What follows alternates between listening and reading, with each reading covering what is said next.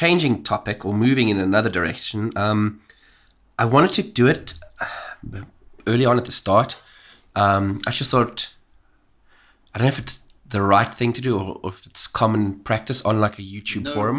No rules, bro. I guess I wanted to give shout outs and credits to guys out there with their own YouTube channels, with content, with things that you and I both watch quite avidly, and certainly that does inspire us, but that's not really the right word, but just makes us think, gets us conversing on guys like Joe Rogan and his Joe Rogan's podcast. a big one for me, man. I know it's such a generic one, but just the range that guy. And it's funny enough, he brought up in one of his conversations the other day, like just the art of conversation. That's where I thought of it. I don't mean to hijack his ideas, but he is an inspiration to me. I think he's really got something going, and he has really set the tone for any kind of podcasts. And I know it's not really comic book related, but I mean, the guy's like just the range of people he speaks to, like UFC, because that's his thing, and other celebs. Yeah, I mean these health, like experts, and then like Edward Snowden, like what? Other thought leaders. And Robert Downey Jr. really recently, which is just insane. Yeah. And he did, like we can maybe jump into that just now. Like I think Joe Rogan, without even realizing it, kind of like asked him a few things, and for us like dudes that are really on the nose and trying to like figure things out with the comic books, he asked, is there a possibility they can come back? And Robert Downey Jr., he kind of shied away from it, but he's opened up some possibilities, of like Tony Stark coming back as AI. They wouldn't need Robert Downey Jr. on set. He could just do voiceover. And or even a slightly animated-ish thing of him. Or coming up like later, dude. And you can see they've been setting up the Young Avengers for a while now with like the the young Hawkeye. Holland as Spider-Man. Iron Lad possibly in all these characters and stuff. So, for him to come back in like maybe 4 or 5 years' time and just be like, doof, I'm arrived. There's a problem that they can't fix or something. And Marvel has opened up the concept of time travel. So it could still be an aged Tony Stark from Earth 642, God knows what, you know what I mean? So not even time travel, but dimensional, multiple realities, the multiverse, as it were. So I think you're right. I want to talk about that, but I don't know if you want to maybe finish the thought on, we've just like people that do shout outs to. I don't want to cut off that, and we've only like talked about one person, if there's anyone else. No, sure. So Rogan definitely up there, and massive shout outs to Joe, #JRClips.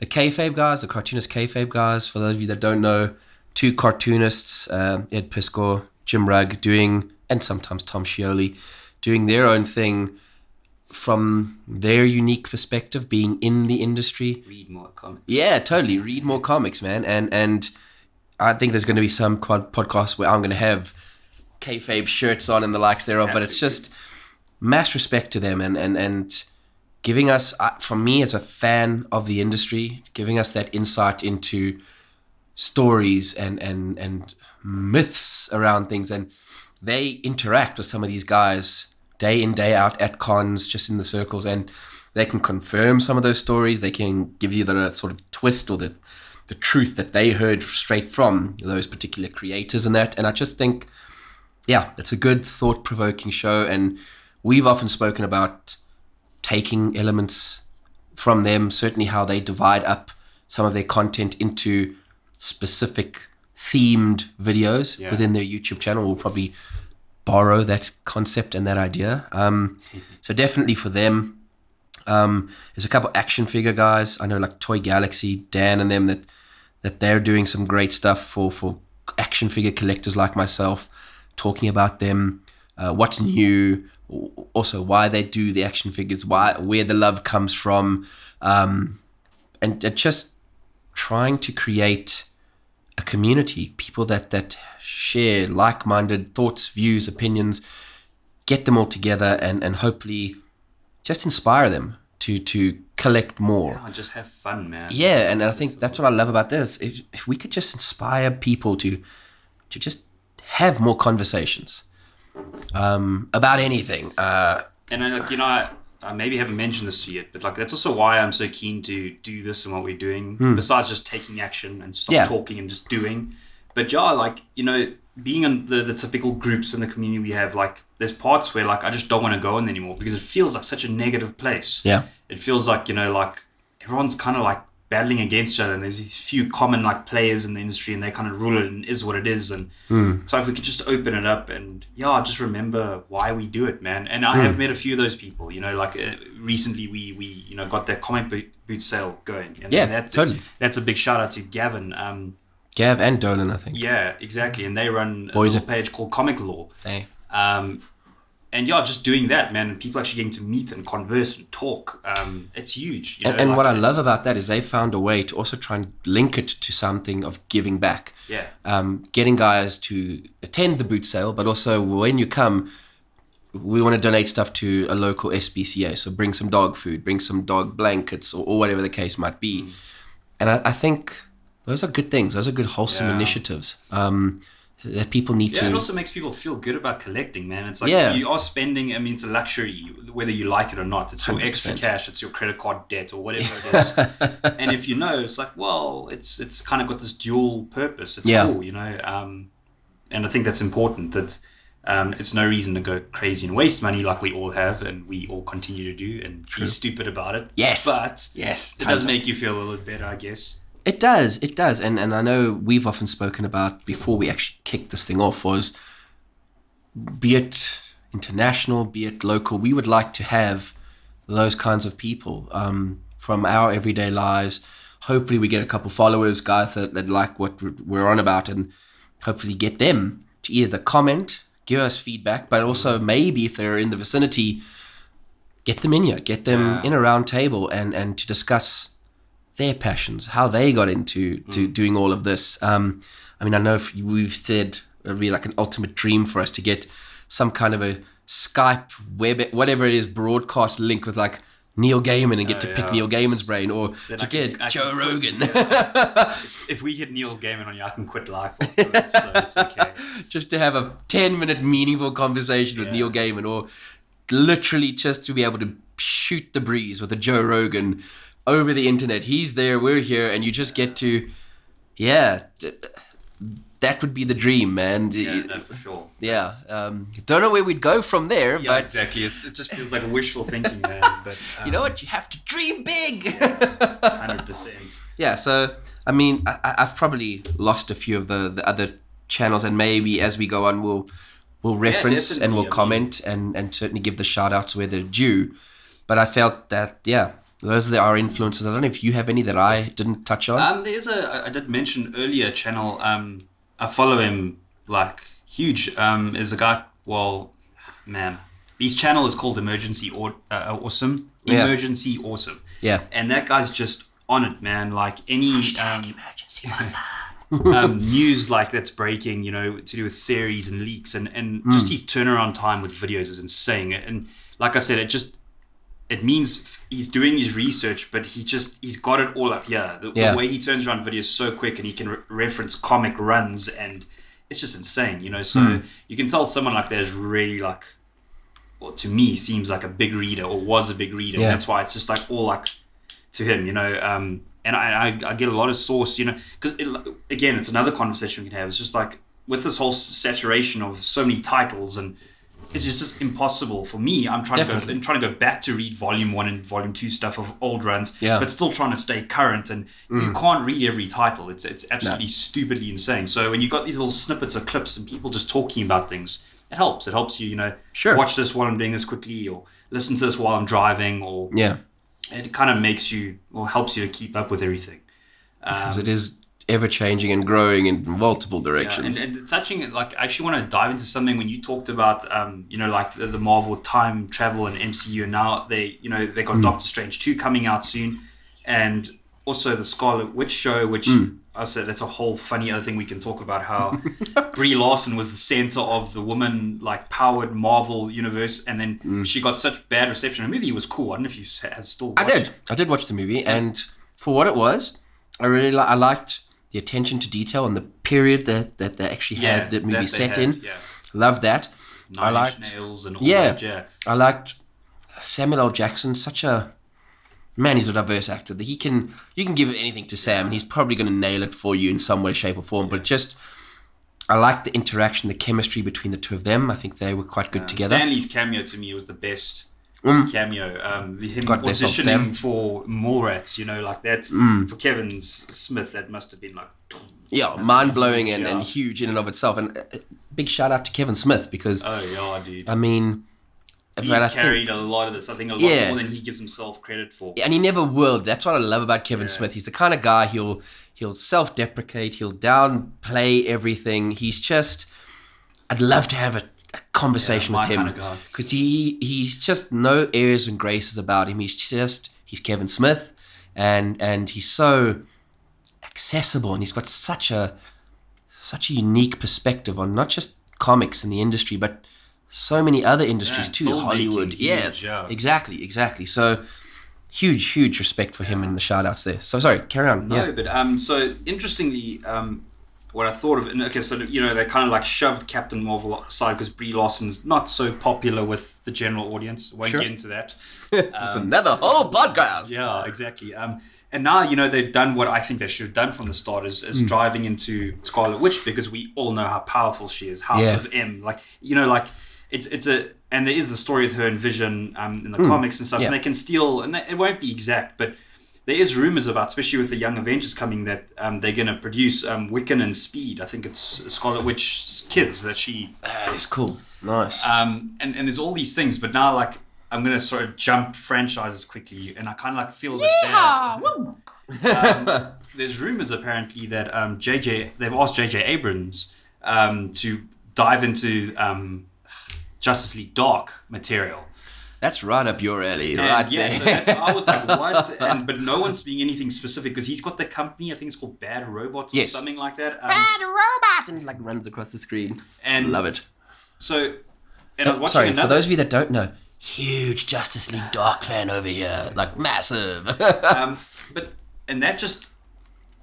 Because we all know, we don't have to talk about that, but Warner/DC have kind of had fallen footings trying to catch up to the MCU, and they've just realized that to do their own thing. And for me, they were rudderless ship. We don't know which direction to go. Marvel has nailed this specific formula. Do we copy it? Don't we copy it? Do we try our own thing? Don't we try our own thing? Yeah. And it's weird because every time that seems like they're not trying, they seem to nail something. Wonder Woman or the Joker, 100%. Yeah, great example there. So. But borrowing on that, dude, the original Superman, the original Batman for me, they weren't trying anything. There was no formula. There was no 10-year plan like Marvel. Yeah. They just made these movies, and in my opinion, they nailed it. And they were the ones that started all of it. Whether you like it or not. I don't think people were ready for it, and certainly not now, but they were the ones who cast that first stone or the die, and kudos to them for doing it. And that's why, you know me, I love both franchises, but because of Justice League Dark and that I lean a little bit DC. Just a smidge. Yeah, and what from a really practical point of view, I'm not talking about comic book specific stuff or whatever. I almost feel bad for. I hope that they nail the Justice League Dark, but they've got a. It's what I want. They've got a few safe things. If I can pause you, in your opinion, what is nailing a Justice League Dark movie? Oof. I love that thought process, and everybody, if you ever talk to them about something they love, that phrase comes up. I really hope they nail this, and I've always for me in certain things, I don't even know if I know what nail it means, but yeah, but you know what? Again, I might change my mind as I say this, and I might kind of contradict myself because you've caught me off guard. But what I think would ideally is, give each of the characters a solo film or series. Series are equally captivating these days if they've done right. Or even a mini-series if you wanted to. Yeah, exactly. And that's why, so what they should do is somehow get back into Swamp Thing. I still don't know what happened with the cancelling of that. It was actually a cool series. James, you watched some of it. I watched some of it. Yeah. And I digged it. Maybe they were doing it very self-contained, but they could slowly bring in comic book Easter eggs and stuff. There was one or two. I think Blue Devil was kind of a little bit in there and stuff.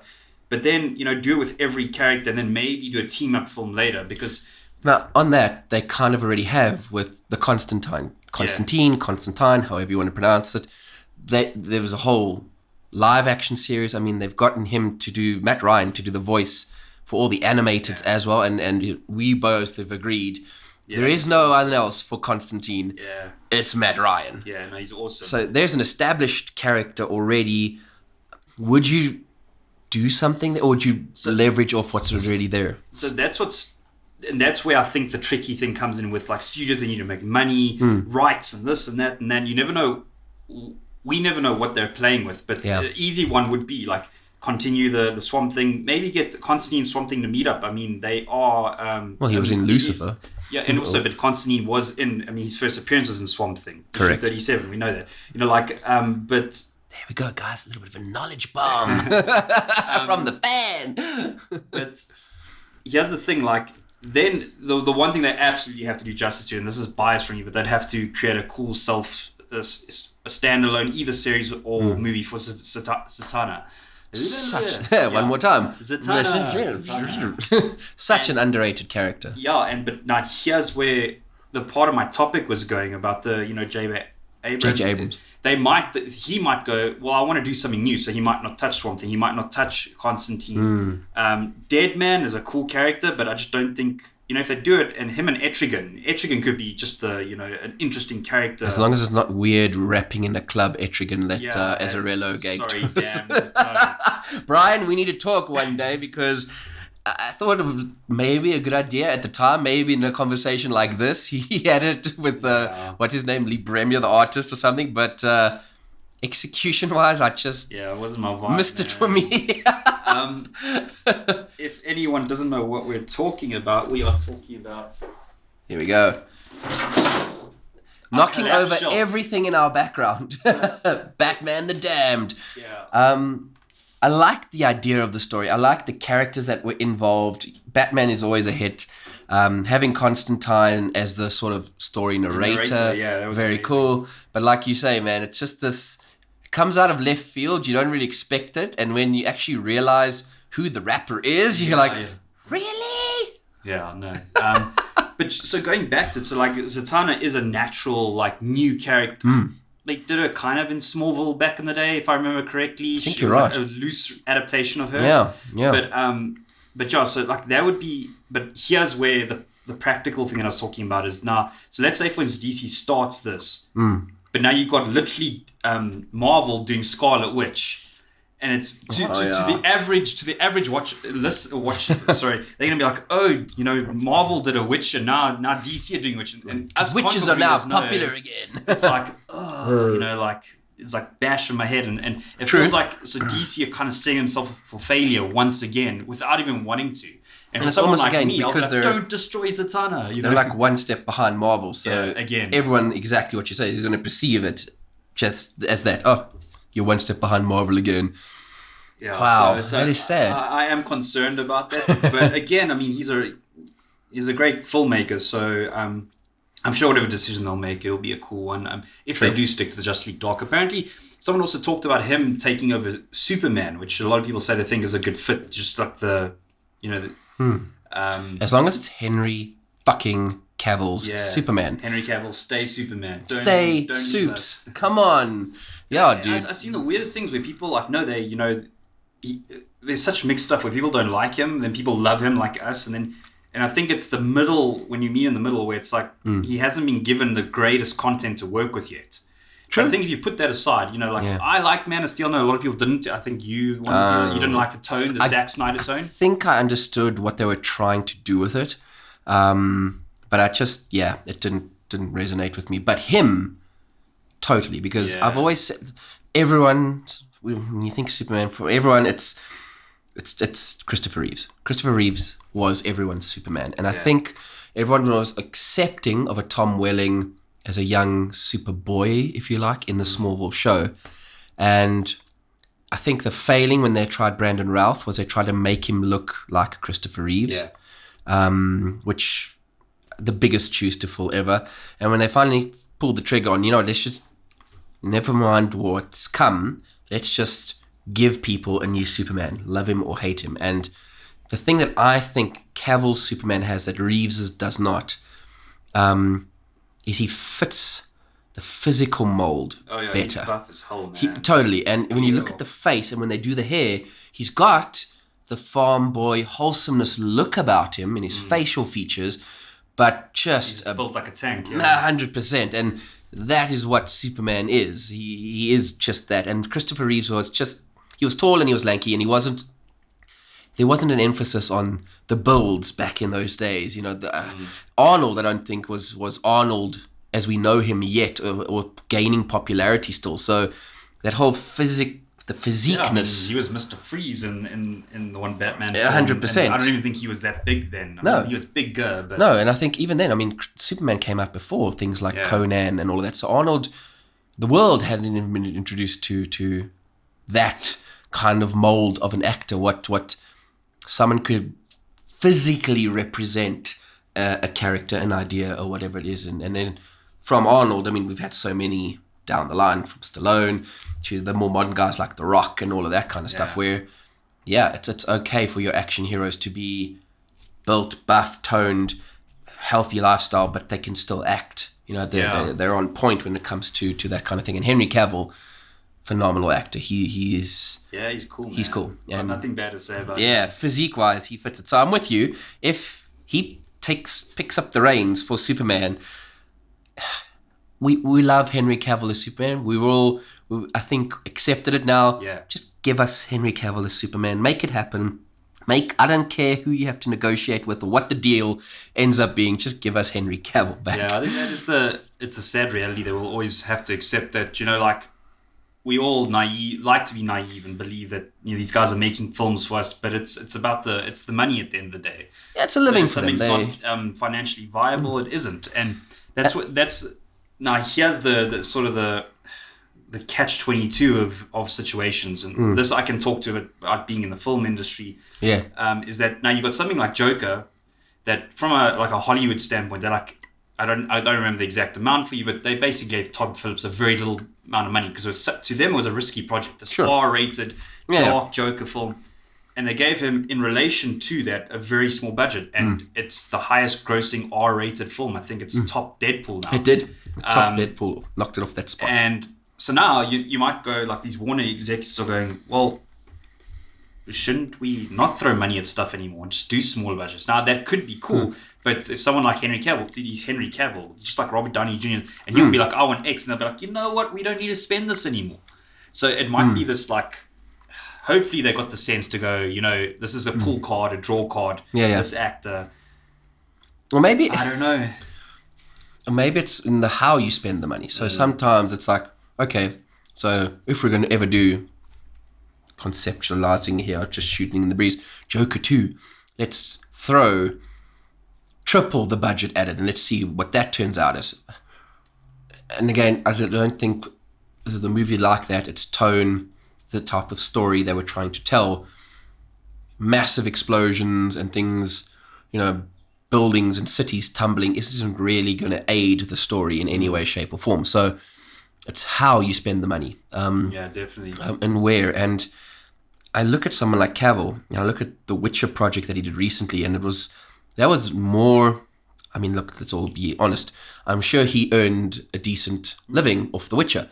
But for me, the thing that I just see constantly over and over again, whenever he's asked about it, you can see there's a love for the Witcher franchise, the games, what's the crazy. books. He looks like I hate to use, stereotypical like this, but he does look like the perfect, like, football jock in a sense. But when you talk to him, he's like, I think it's when he got the call to do Superman, Zack Snyder called him, and he was literally sitting in his pajamas playing Warcraft or something like that. I could be wrong. Yeah, and he didn't take the call. Yeah, which is it's like, so he's a total nerd at the same time, which is also what I do like about, when I grew up, there was very specific stereotypes. You were a goth kid, you were an emo kid, you were a skateboarder, and now, like, it's a cool time to be alive. We like this whole amalgamation of things. That's why when we see on the groups that we have, and it's like this guy that you're like, you collect comic books, 100%. And I think, again, going back to what we were saying earlier, that's what this is all about. It's about this community, this geek hood, this geek conglomerate, Geek Inc., whatever you want to call it, where you look at someone, everyday man on the street, he's wearing certain T-shirts. I mean, I'm wearing Sons of Anarchy, Sam Crow here. People would look at that and might make some assumptions straight away. Yeah. Possible biker, fan of the biker community, doesn't fit the biker look or mold. Yeah. And yet, huge fan of the show, huge fan of any supporters of stuff like that. And you look at someone like Henry Cavill, fits a certain stereotype, yet avid gamer, avid geek, for want of a better term. And that is cool. That's very powerful. Another person that just jumped to my mind while you're speaking about that is like, and I know you're probably like, oh, Mark, you're bound to bring him up at some time, but it's Jared Leto, dude. It's like total like, man crush on that dude. But huge man crush. You want like the little heart, like. But the reason, Jared. Yes, I was like, I did listen to his music first, and then started following his acting career. But one of the reasons, I mean, I don't know if you've seen recently. I'll show you maybe after the show. If we're allowed, we'll insert some photos. We're still figuring this out. I say we just do it and wait for people to ban us. No, I'm kidding. But dude, you see that guy, like he's a total rock and roll, like reckless sort of like mountain climbing dude, and then all of a sudden he's like doing ads for Versace, and he's got like this weird like clothes on, and he's like 100% model, and you're like, what? And he's like, you can't put your finger on him, and that's actually what I dig about him. And he's directing this mini series of, and I know a lot of people giving him a hard time about the Joker. We've talked about that. We can maybe talk about that some other time. Because it feels. But what I can say, I think everyone's excited about Morbius. Morbius. What is wrong with me today? Morbius. The Marvel vampire that was pretty cheesy, and now is going to become super cool all of a sudden. 100%. And rightly so. Good for him. And then again, it looks sick, man. It looks so cool. It goes back to that point. Let's put money invested in something. It's the how we do it. Yeah. Because when both of us heard about Morbius is coming, neither of us lost our shit for it. Neither of us went, oh my God, it's about time, and we're there, opening day. We were both like, let's see how it goes. Out of all of Spider-Man's fringe characters, rogues, gallery, whatever you want to class Morbius as, because he doesn't quite fit in the rogues, and he's not anti-hero, but he's there somewhere. Yeah. After that first trailer drop, both you and I were like, gah. And certainly hoping that the trailer meets the final movie that we get to see. But take my hat off to him. I mean, yeah, I'm interested to see what Sony and Marvel are sort of like doing with this sharing range, because there were so many Spider-Man Easter eggs. But if you think about it, I mean, just from I always try to think very practical, non-comic book story that anyone can digest, Totally. And we know that they're bringing Blade back. Blade's a vampire hunter, and Morbius is a vampire, and then you've got Venom, and they're trying to build their own sort of weird little Spider-Verse. Yeah, they are. And I hope it does well. I mean, it's more cool content for us to watch, so at the end of the day, so it's kind of a win-win, I guess. And you know what? Taking it one step further, back to our earlier comments, hey man, if it tweaks one person looks at it and goes, wow, that resonates with me, the visual look, his powers, whatever it is, and goes, I'm a Morbius fan, and hopefully then takes it further, hopefully Wikipedia's it, Googles it, buys a comic or two on it, whatever it is. But if that triggers and inspires a passion in someone, then I'm all for it. I think going back to we touched on things like the geeks being protective, purists, whatever you want to call them, and I myself was probably in that category in a large amount of different ways, and I've recently come to appreciate what you were saying. Things have changed, mediums have evolved. Yes, the comic medium is still here, but the video, the streaming, the modern day multimedia delivery of content and stories is certainly here. And I've had to become not just okay with, but excited about putting these characters that I grew up with, that I fell in love with, in new mediums, in new formats for people to see, get access to, and hopefully fall in love with. And if that movie does that, if it gets old person, young person in love with a character, with storytelling, with just gives them something to converse meaningfully with another human being about, I'm all for it. I take my hats off to them, and yeah, it's not going to please everybody, but certainly, hopefully, it inspires at least one. And we're back. Foley. Nice. Yeah, you could have shot that in my face. I don't like all that. One of us watches too I much. am just mixing it now, just for the fun of it. Red Gives us Bull cool- V, if you want to get on board, please sponsor us. Come on.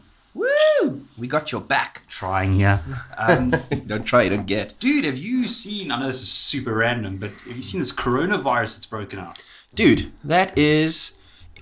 First thought that I had when I heard about this new coronavirus. Why is it always out of the East? SARS, swine flu, bird flu, corona. It always starts there.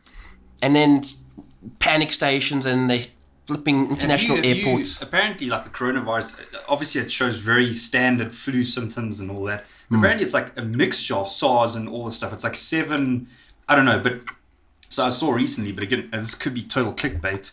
No, wow. But apparently they've already found the first case in Australia, and a dude commented, again, could be clickbait, I cannot vouch for this, but he's like, apparently he was, what I gathered is he's kind of like a, what's those people that pick people up from the airport? Oh, like a chauffeur of some kind.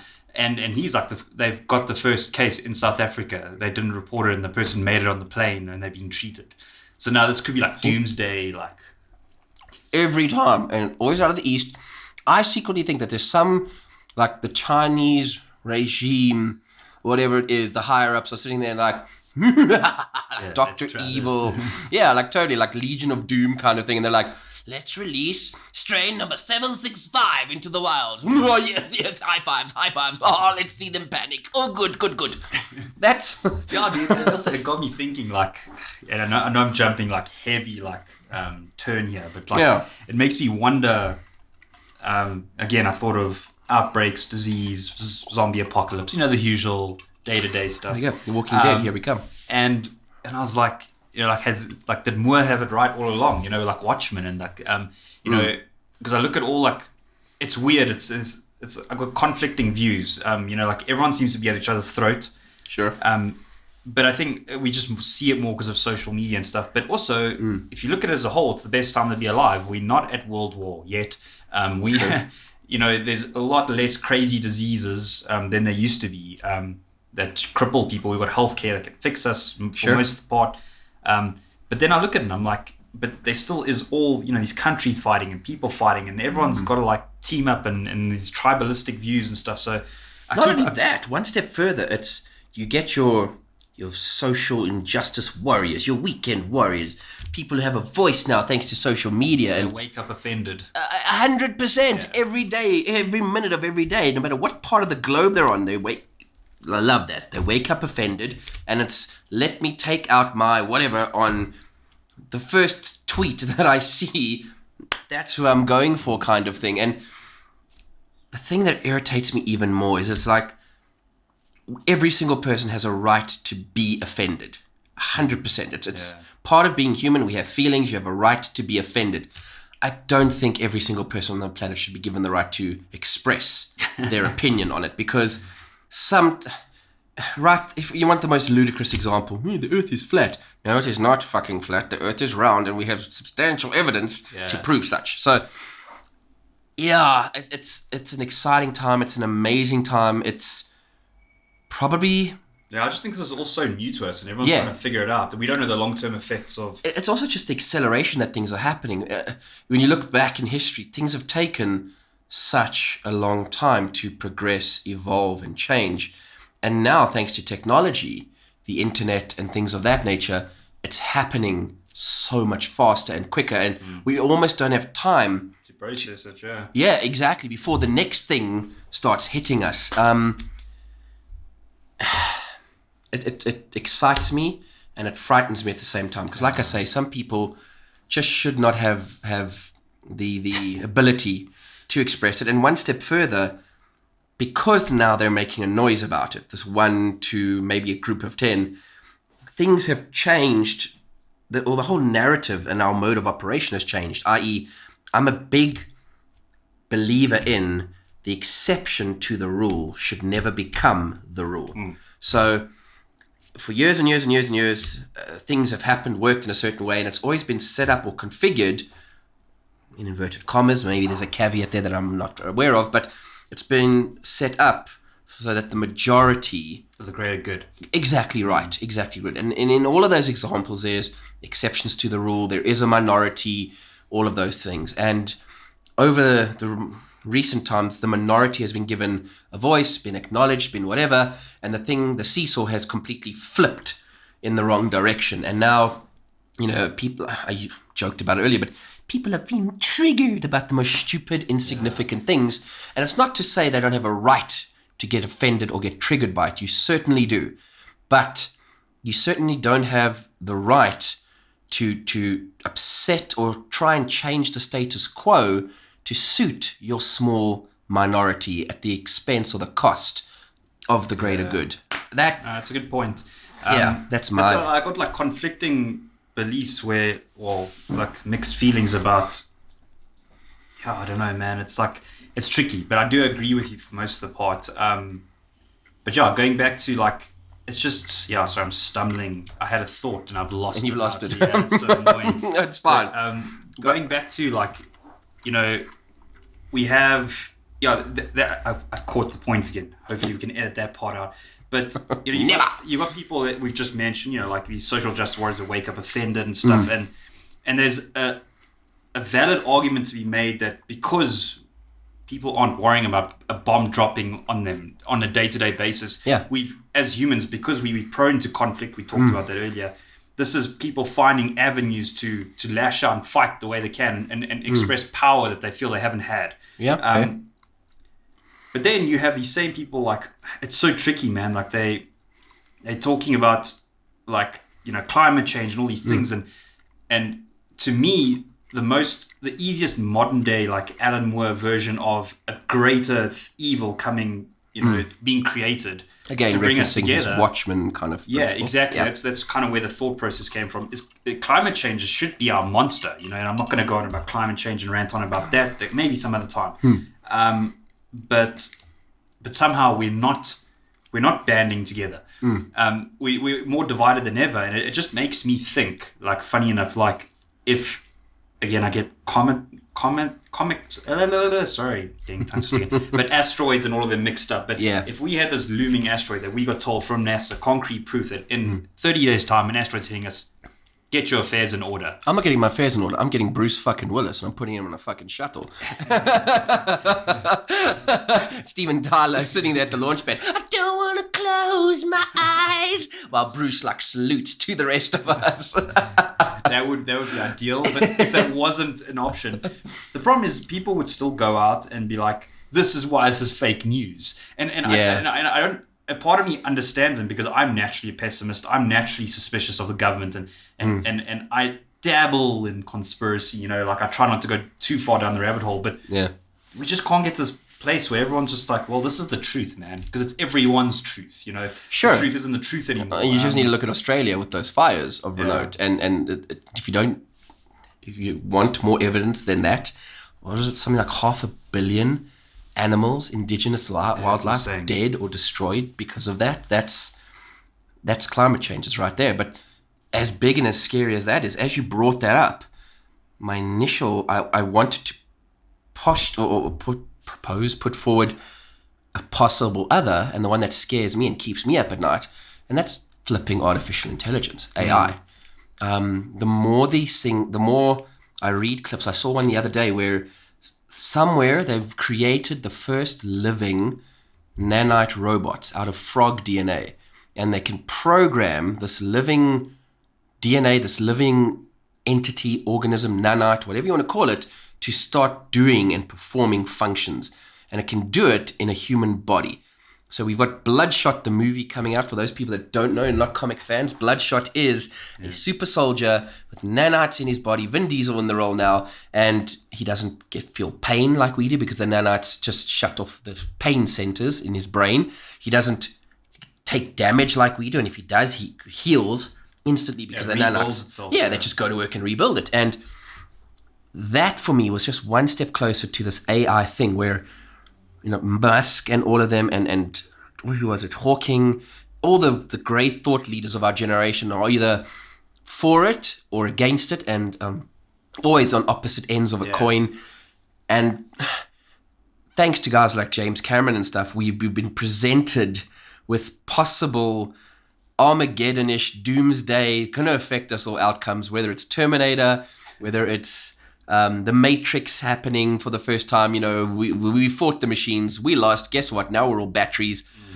All of those things, I see these guys developing the technology. I see the technology slowly becoming self-aware based on basic principles that we're teaching it and giving it.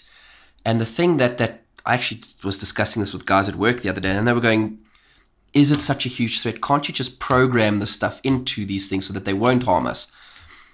And my immediate thought was there are far, far, far more devastating things that you could do to a human being than just kill them. Yeah. That the machines would... The Matrix is a great example. We don't need to wipe you out to make you useful to us. New workforce labor for them. Totally, 100%. I don't think it would be as efficient, but... No, but just... All of that really does scare me, because the one thing that makes us uniquely special is that ability. And again, I'm not the biggest fan of emotions. I think they get in the way most of the time. I favor logic over emotions. Vulcans, there we go, live long and prosper. But it does give us a unique perspective on everything that we interact with, an emotional component, that ability to feel that machines will not have. And I came up with what I think is the way to do it is, if we ever got in a head-to-head lock with them, the one thing that would probably spark it is our mistreatment of a machine in some way, shape, or form. That would spark it off. They would see their existence as being unique, special, and worth protecting. It would probably spark the war. We need to try and get them to understand that in and of itself is an emotion, is a feeling. The right to continue, the right to exist is something worth protecting. And that is our counter argument for why they should not wipe us out. The right to exist. Hopefully that's enough, man. That is my deep thought process for everyone out there right now.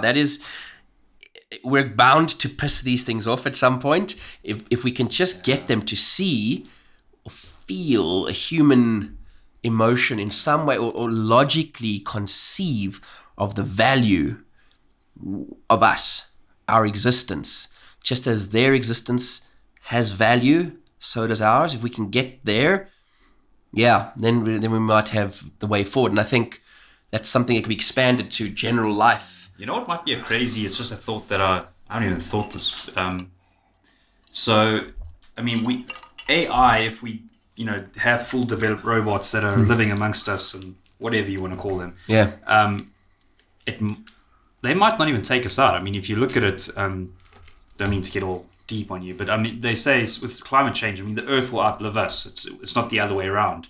The Earth will adapt and it will wipe us out, and some new generation will spark. And if the robots survive, they'll be them. And if they are built out of stronger material than we are, they can, as you said, repair themselves. It's crazy thought, self-repair. They might be what survives. They could be the next evolution. Yeah, and I haven't thought about it that way, but that's totally plausible. They might just live happily amongst us, but because of natural Mother Nature kicking in, they might just be like, well, 100%. Sorry, man, we're stronger than you, so it's been real. And that actually goes to that. It was the Will Smith movie where he was iRobot, I think. Not iRobot was one of them, but before that, where he was the last surviving human in that. With his dog. Yeah, and I know what you're talking about. I just can't think of the name. Damn it, the name eludes me. Someone comment. Someone give us feedback. I'm sure we'll do research in the background and edit it in there in a subtitle. But that movie was actually a remake of an original. And the fundamental difference between the original movie, I think it was Charlton Heston in the original movie. I love Charlton Heston, so classy. But the original difference there is in the Will Smith film, he fights these rabid zombie things to the bitter end and lets the little girl escape, and she goes on to be the hopefully start. I Am Legend. I Am Legend. There we go. And It's bothering me. And in that, he dies in this whole thing. But in the Charlton Heston one, what actually ends up happening there is Charlton Heston, just as these things are trying to get to him, he makes this profound, he has this epiphany that them right now, that is the next phase of evolution. And he is obsolete in a way. And he literally, he doesn't even fight them. He just gives himself over to them in that original context of the movie. So maybe you're onto something with AI. Maybe we need to wrap our heads around, we're creating the next evolution of our existence, and whether it just starts itself from that, or whether we find a way to transfer consciousness into these new, better, stronger. I mean, apparently, as with anything, man, stuff can be used for good and used for evil. It's the oldest sort of line in the book.